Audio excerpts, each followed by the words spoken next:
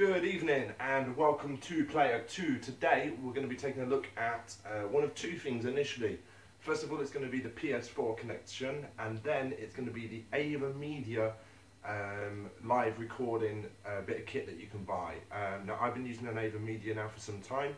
I initially bought it for PS3, although there's very little videos of that. It was really just for recording and kind of just sharing amongst people, but never really put it on YouTube. So I wanted to do a video of the PlayStation 4. It's taken me a little bit of time to kind of fine tweak it, and what this video is going to be is me going through the connection, and the best way to set up like headphones and things like that if you are going to be streaming, how to put that stream onto the record, and also kind of my headphone and microphone setup as well, so you guys can really benefit if you are looking at making either Twitch streams or YouTube videos. This will allow you to actually do both at the same time. So stream through the PS4 while you're recording at the same time, which means that actually when it comes to editing, you can just edit out some of the kind of running around bits and just put in the actual contents of the game if that's kind of what you're looking for. So stay tuned, I'll go through all the equipment you need now, my setup, and hopefully you pick up some tips on the best way to do it. Okay, so this is the Live Gamer Portable Avermedia kit here. Basically what I have done here is just taken out a few of the leads that you will need. It comes in a box with lots of different leads that you can connect to PlayStation 3. It comes with its own little carry case. It comes with all sorts of little bits, but you're not going to need it all. So initially what we're going to start with is you get a connection cable, as you can see there. This is a normal USB to mini USB on the end. And basically what that does is that connects into the side of the Avermedia, just on this side here, and then it connects into either your laptop or PC. The good thing about this one, as you can see on the side there, you can actually put a micro SD card in the side, so if you don't have access to your laptop and you want to take it over your friend's house, you put a mini SD card in there, flip the switch to record to memory, and then you just click on the button here and that's it going to be starting to record. So it's a nice bit of kit if you are going to be using this, and really all you need to do initially to set it up is connect that lead in. Okay, so this bit of kit here is a two-way HDMI splitter. For them that don't know, recording through either PS4 or PS3 via HDMI you are unable to do. It's an infringement of copyright from Sony apparently. So the best way to get around this is to buy one of these HDMI two-way splitters. It's really simple. You put your connection in there, which in this case is going to be from the back of the PlayStation. I do apologise, back of the PlayStation or the PlayStation 3, and the output there is going to be two. One of them will run it into the back of the Avermedia, and the other one will run it into the back of the TV. There is a power port, and that's all in the box, and I'll show you that as we go on. Nextly, the most important part here is the two HDMI cables. You are going to need two. Now I've already got my PlayStation 4 connected onto the TV already, so obviously that's already using one. So really if you wanted to look at it, you need three, but you do get one with the PS4. Unfortunately you get this little one here with the Avermedia, which is really handy just to run from the back of the PlayStation 4 into the splitter, so you don't have wires everywhere. It kind of takes that away. Now, as we kind of move through, I do use a set of gaming headphones along with this. The reason being is it's got a slightly shorter cable than the normal headphones, and it just looks a lot prettier, and you haven't got wires everywhere, which is kind of, you know, if you need to go off and do something, you don't have to fumble around the wires. So what we're going to be doing now is we're going to be going through each bit of this kit and connecting it to the PlayStation 4 and showing you the results and kind of how that looks once it eventually is all connected up. Okay, so we've started the setup here. All I've done is I've just put the PlayStation down from just below the TV onto the side cabinet here, so it's just a bit easier to see. I've used a little mini HDMI cable, which you do get with the Avermedia, which is very handy. As you can see, it just goes into the back of the PlayStation normally, and that wire runs into the only import, which is on the back of this HDMI splitter, which is just the import on the back there. It says HDMI import, so you can't really get that part wrong. And then there is a power cable. I haven't connected that up just yet. Basically what that does is it just boosts the signal between the HDMI leads. So we will be doing that shortly, but what I'll do is during the setup I'll run the wires around the back, so they kind of come up so I haven't got wires traipsing everywhere. So what I'm going to be doing now is just the next little bit of setup, so initially that's all you do need to do on that part there. Okay, so moving on to the next part of the installation.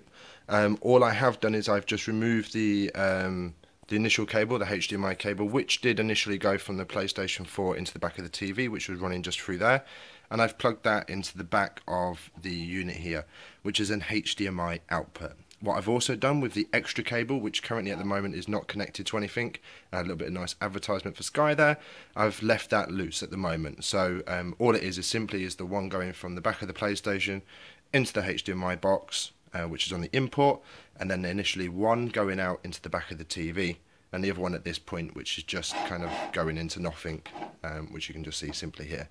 Again, I've not connected it in yet. I will kind of go through that stage shortly. So that's the next step in getting this working. Okay, so I finished rigging it all in. As you can see, I've got the HDMI cable going in at the back there, with one coming out, which again is still not connected to anything at this point, and the one running around back there. And this is just the power lead that goes in the back. I'm going to do that last so I can put the Avermedia box here, just to so that it all kind of sits kind of self-contained. I'm a little bit of a wire freak, so I like my wires to be a little bit hidden, but it's completely up to yourself how you want to go about kind of doing this. This is when the Avermedia box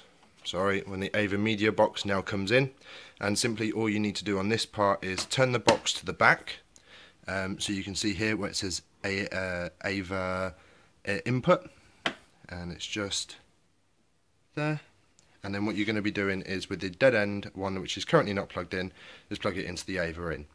And that's a simple setup there.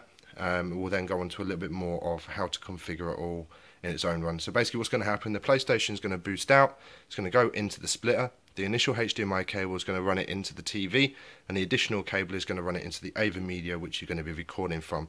This little box here, because it splits the signal, also removes the copyright infringement, so you are able to copyright onto a laptop or a PC, whatever it might be, as you're streaming. So we'll go on and show that as well now.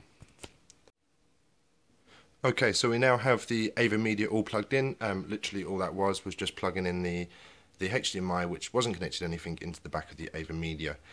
Now what we do is we move on to the connection wire, which you get in the Avermedia box. Just to let you know, this is actually a extended version, because this is an old PS3 controller charger, which works just as well. It's just a little bit longer, so I can have my laptop sitting a little bit closer to me. This cable, as you can see just on the side here, slots just in there.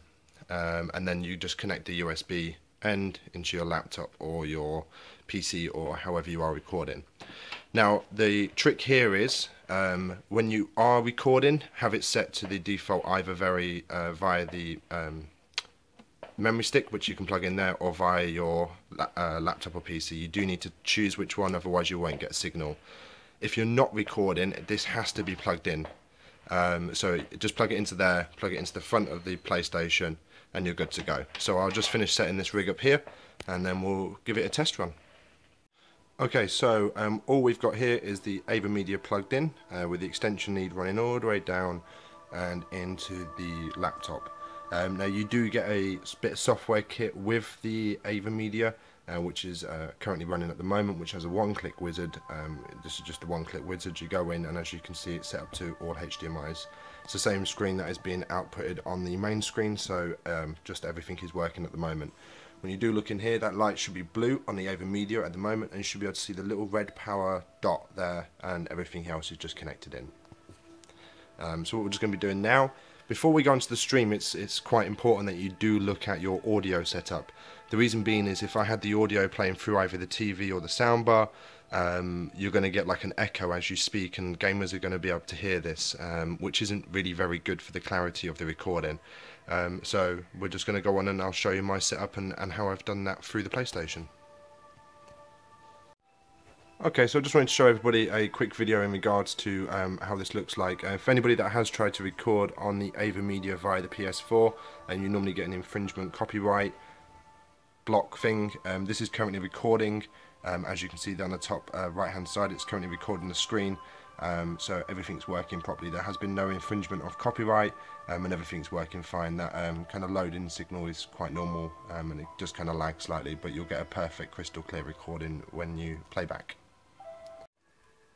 Okay, so I just wanted to go through how to set up a headset on the Avermedia. Kind of explained before, obviously what you don't want to do is have a double back on the mic.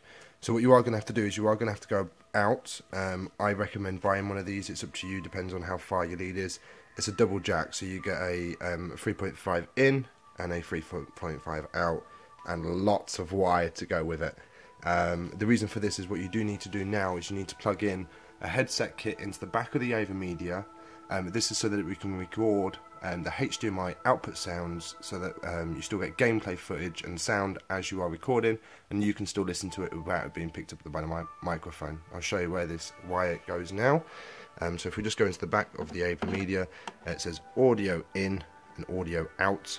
It needs to go into the audio out because you're going to be recording the out feed of the audio. So we'll just go ahead and click that in now, and then we'll get on and record some gameplay so you guys can see what it looks like. It was a different time, a different enemy. 60 men from Tier 1 teams were sent to face down a force of 500 enemy fighters. Their objective? To force the enemy back from a civilian hospital and keep its occupants alive.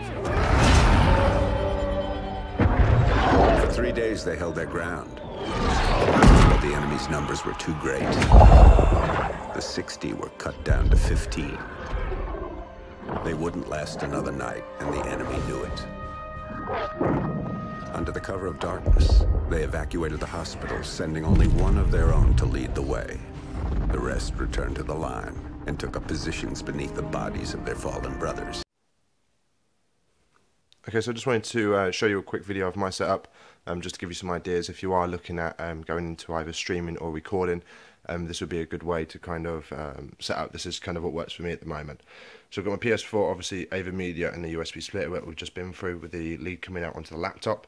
I normally do have the laptop sitting here or nearer to me if I am streaming and recording at the same time, so I don't have to have the comments box up on the side there, and obviously the TV's connected to everything else, so it's quite self-explanatory.